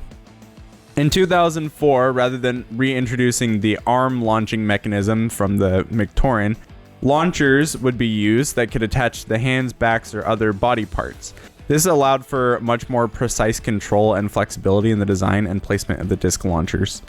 For example, a standard handheld disc launcher was used for all of the Matoran of the 2004 wave, but Vekoma had a special, fancier, bigger disc launcher, and the way that they would work is you would just squeeze the sides and it would launch the disc out. Very simple, but quite effective. Although arguably less effective than the arm tossing mechanism, which is really interesting. I feel like I've used both, and the thing is with the squeeze launchers, sometimes you would go to squeeze it and the disc would like shoot out just a little bit, but not like launch all the way out, and then it would get stuck. It just kind of dribble off. Yeah. And so like the arm tossing mechanism pretty much always worked. Yeah. So I don't know. It was almost less effective, which is interesting. Also, really quickly, this is a minor nitpick, but it does look like Holly's mask on the Matoran was Golly's mask. Oh, really? Yeah. Huh. Never mind. I was wrong then. Supposed expert in the Never mind, field, I'm wrong. Jacob. Might as well just shoot me in the Boo head. this man. Him with a recon, Wait, look at- reconstituted look at random, what disc and then she- throw him in the archives. He Look can't at- get any Look uglier, at what Samuel. disc she came with. Because maybe I'm thinking her disc was different. Something about her was off. Anyway, I'm going to keep moving on while you're doing that. So also in the 2004 wave, the Vaki, as mentioned, were able to launch discs, but theirs were built into their heads. So they were like a separate type of disc launcher. They still used the squeezing mechanism, but theirs actually worked way better. Those are really cool. Yeah, those worked like perfectly for whatever reason. I'm not sure why. I think it fits well lore-wise, right? Because Metru Nui is the city that has all the discs, right? So Right. like their basic enforcer units all have built-in disc launchers, Right. and like just makes sense. Exactly. Yep. So yeah, it like they kind of dual purposed as like disc launchers and then like jowls, what are those called? Mandibles. Mandibles. Thank you. Yes. Not jowls. Which we will see on popular characters later on. Right. The Barraki. Anyways, so here's where the half-hearted collectability of the discs comes in. So there were 6 main designs, and they were all printed on an opaque glow-in-the-dark material, and each design represented one of the 6 Metrus. Yeah. And they're actually all really cool designs. Yeah, I really like them. But each Metru design had some different discs. So the only difference between the discs was the number, and they called this the Kanoka code, which you could actually also use to unlock exclusive digital rewards on Lego.com at the time. So it was stuff like wallpapers and stuff like that. Nothing like to get super excited Back when about. the internet was niche and cool. Right. Each number had 3 digits, and they corresponded to the following. The first digit, as we discussed, is the Hey, Metru I of know origin. this one. Second digit was the ability, and the third digit was the power level. Wait, we should have the viewers at home guess along. What is the first digit, viewers?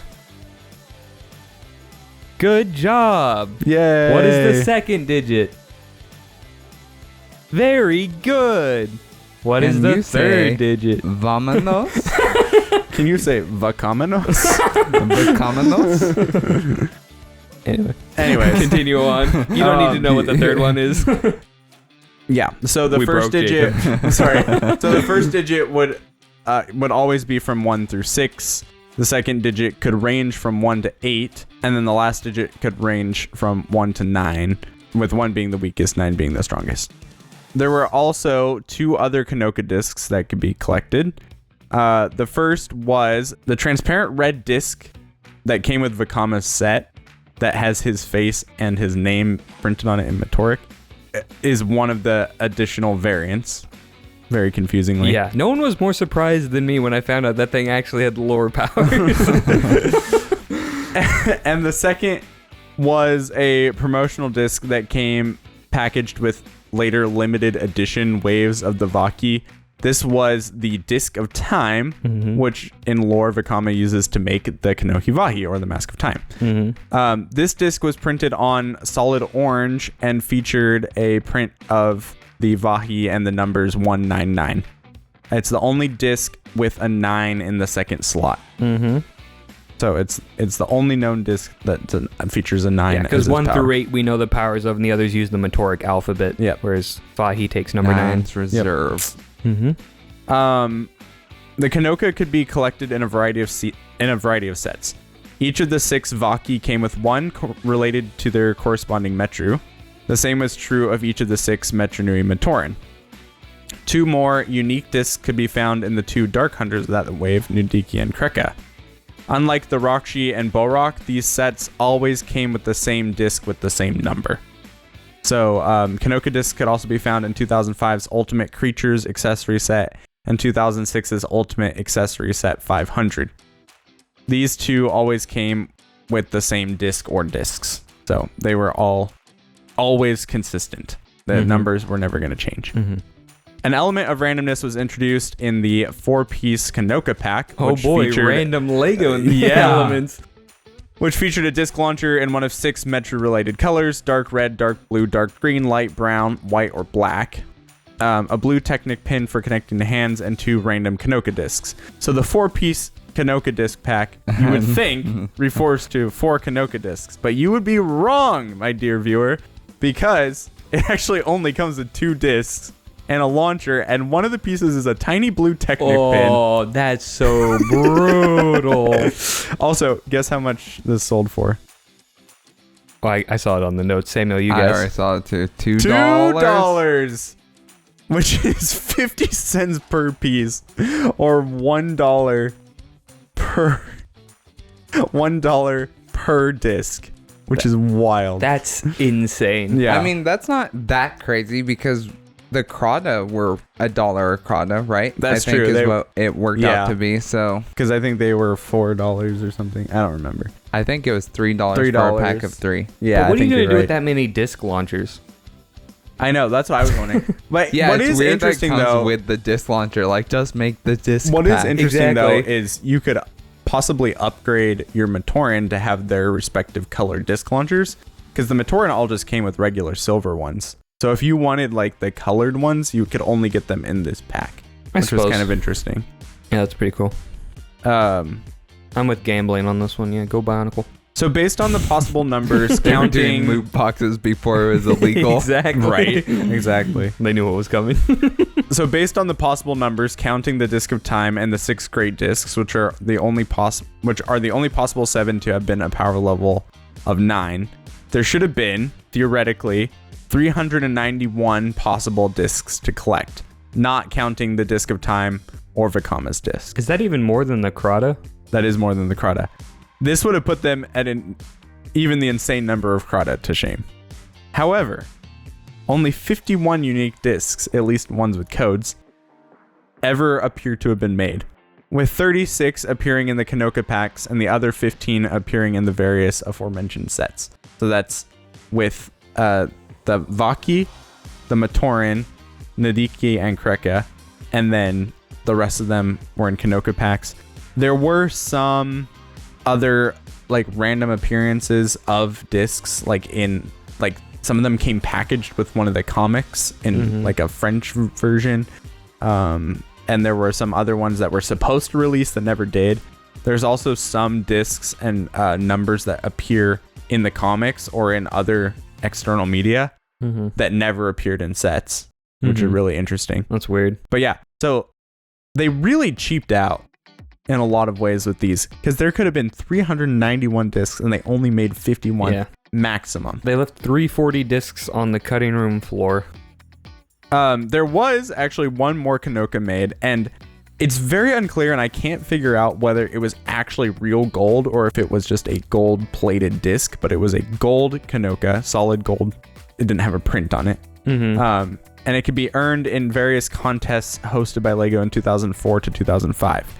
There appear to be 10 to 12 of these in existence, although I'd imagine they wouldn't launch particularly well if they were made of actual gold. Yeah, no kidding. There were also actually a couple other variants. There was one that was given out to LEGO Store employees that had the Bionicle logo on it, like the Unity Duty Destiny cool. one. That one's pretty cool. I think we do. We do? I've definitely seen it before. I remember seeing that. Man, if we could, you should see if we could find that, because They rare?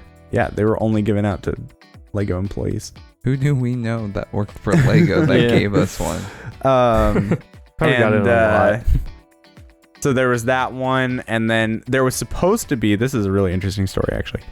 There was supposed to be a Comic-Con exclusive one. I think I talked about this actually when we were talking about the Toa. There was supposed to be a Comic-Con exclusive variant of Toa Vakama that was supposed to have, instead of his disc, Vakama-Con. Terrible. Hey, we're gonna bring that, like, it's totally gonna be a thing. His disc would be replaced with a white disc that had the Comic-Con logo on it, but because of a production error, it never happened. So the people that got the special Comic-Con Vakama didn't just got a regular Vakama set. That's so brutal. As far as I know, there's only like 2 or 3 of those Comic-Con discs that exist.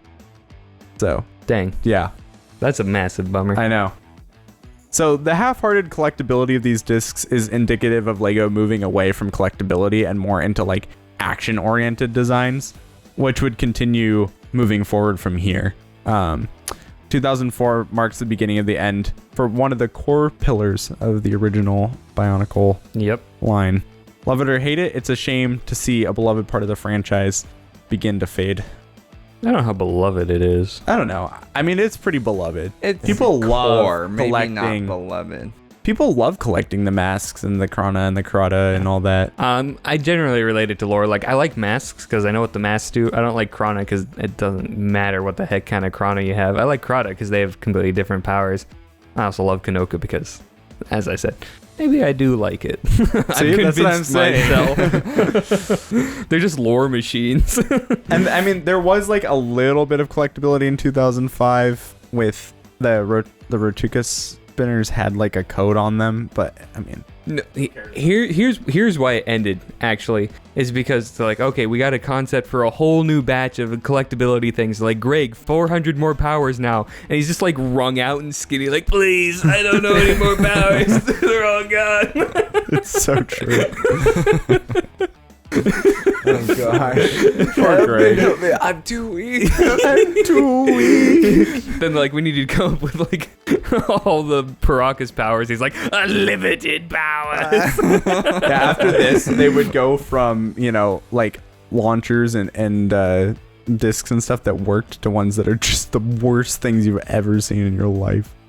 Like, well, it's a down. Yeah, Xammer Spheres That's rock. true. No, actually, Rotuka spinners. Yeah, okay. Which are we don't talk about Rotuka which are pretty spinners. trash. And then Xammer Spheres actually work really well. And then The Barraki ultimate blasters and squid launchers, baby. I love me some squid launchers. How they make something that just failed to work. Anyway, that's Boxor, but Yep. yeah. So, any closing thoughts on the technical section? Nope.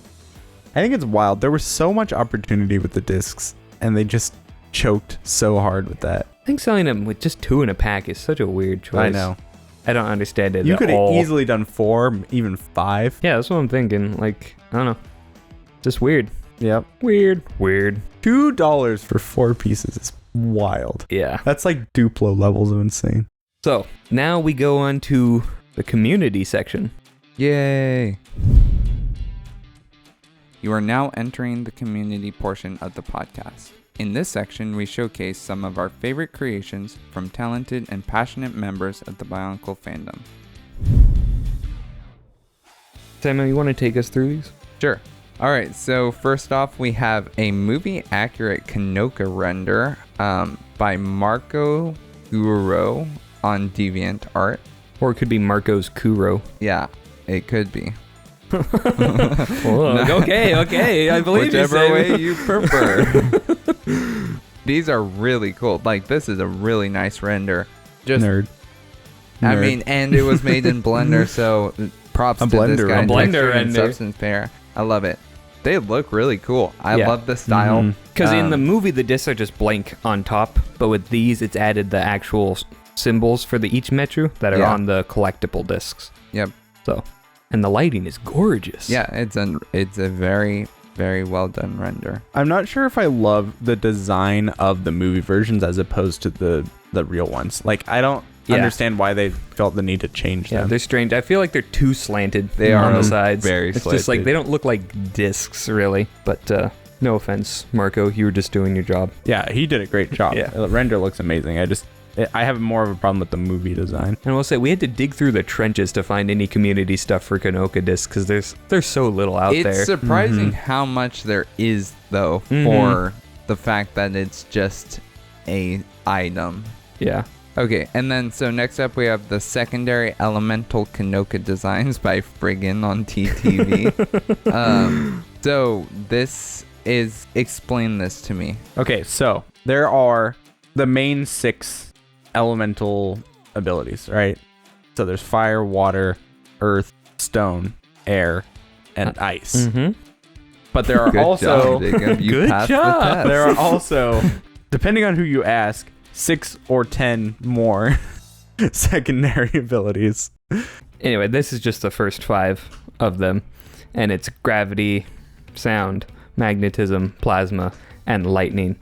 And I think they're quite cool. I like them. The gravity one looks insanely dope. Yeah, it's really sick. And bit of a Chronicler's Corner thing. It's obviously the 2 moons going back to Barra Magna, right? Yeah. Like, it's like, oh yeah, that is nice. I really also I love like the it. inclusion of the magnets on the magnetism one. That looks dope. The And speakers on the speakers sound on the one. sound one. Very subtle, but Oh, I was trying to love figure out, that. I'm like, what are these weird monoliths? I'm like, oh, okay, yep. Yeah. I also saw the other 5 of these. I can't remember where. Also, if you scroll down, you can see what it would look like actually on a disc. Looks really cool. Yeah, Yeah. that's neat. Yeah, I think these are some sick designs. Well done. Well done. Let's go ahead and move on. So then someone made a life-size Kanoka. This is by Essenger on Reddit. And it's exactly what you'd expect. It looks exactly like the Lego piece, except huge. And it is glow in the dark. I'm guessing this was printed, like 3D printed. Yeah. I don't know how How else. else are you gonna make it? Well, there are other ways. Yeah, but like, I'm guessing it's printed, although, I don't know, it could be cast. No, yes, it could be, but I don't think it is. Looking at the image where it's glow in the dark, there are like striations in it that make me think it's got to be printed. Either way, this was the one that impressed me the most. I was like, holy cow, it yeah. looks like the disc. It looks exactly like the disc. I wonder how they did. And having it be glow in the dark Yeah, is the so entire cool. thing glow in the dark is so cool. Like, I want to know how the pattern was done. Like, did they just use a stencil? Because it looks phenomenal. Yeah. Like, it's really good. Like, it looks at like a promotional item. You'd see it like Legoland or something. Yeah. Like, yeah, I love it. yeah, it's super cool. Nice. Nice. All right, the next one is All 6 Toe Metru Discs by Bucky on TTV, or Buki. So this, as we mentioned, these are custom made, are they? Yeah, these are custom made. Okay. Obviously not the red one. Yeah, because the red one, as we discussed, was the only one that was actually put into production. But I mean, come on, these look so good. because They we know look they existed real. in lore, right? So he's Yeah. just making them real. These literally look. I mean, this is what I would imagine they would have looked like if Lego had actually made The these. Nokama one looks really sick. I Yeah. think that's my personal favorite. I think it's interesting how well the art style was adapted for all of the other Toa, because looking at the Vekama disc, it is very strange. Like, it doesn't immediately scream Huna to me. Like, it's not as clear of a representation as you would normally see of a mask. Something just about the way they shaded it or chose not to shade it in certain areas makes it kind of a stranger style. Yeah. And they replicated that super well on the other masks. Or sorry, for the other masks on the other discs. They look seamless to me, honestly. Yeah. I really like these. The only thing I like better is the next thing that we have coming up. So this playing is favorites already. also by Bucky on TTV, and that is a disc of time. So we talked about that there is an official one, right? No. Well, there is an official disc of time. It's really ugly. But it's ugly. Yeah. So this is a different representation of it, and it looks so much better cool. than the actual one. The actual one's really ugly. But this one, beautifully done. Very nice. Just, yeah, it's just lovely. Just lovely. What I think is cool is it uses the Great Sundial as that's what that outside that's is. Yep. cool. 18 segments for the 36 Matoran hour day. Yep. I love the first comment above it says, looks like somewhat edible. Or looks somewhat edible. I'm like, yeah, it does. It looks like a jelly. Like a little Bionicle flavored or Bionicle themed gummy. And what I like, it Little makes the bit. Vahi actually look kind of cool. Yeah, Yeah. I agree. And also has the 199 in Matoric numbers. Right. Ah, let's see it. Oh. This is a sick. Yeah, Yeah, I well really, done. really like this. I think all of these are really excellent, and I would buy these. 100%. So Bucky, Sell if 'em. you're selling, Yeah. Jacob's buying. Keep it under 1,000. Okay. All right. Well, that concludes the community section. So stay tuned for next week when we're talking about masks, all about masks, what they do. We already went over kind of how they're made, but I'll get a little more to the nitty gritty of that. And yeah, that's pretty much it. Masks.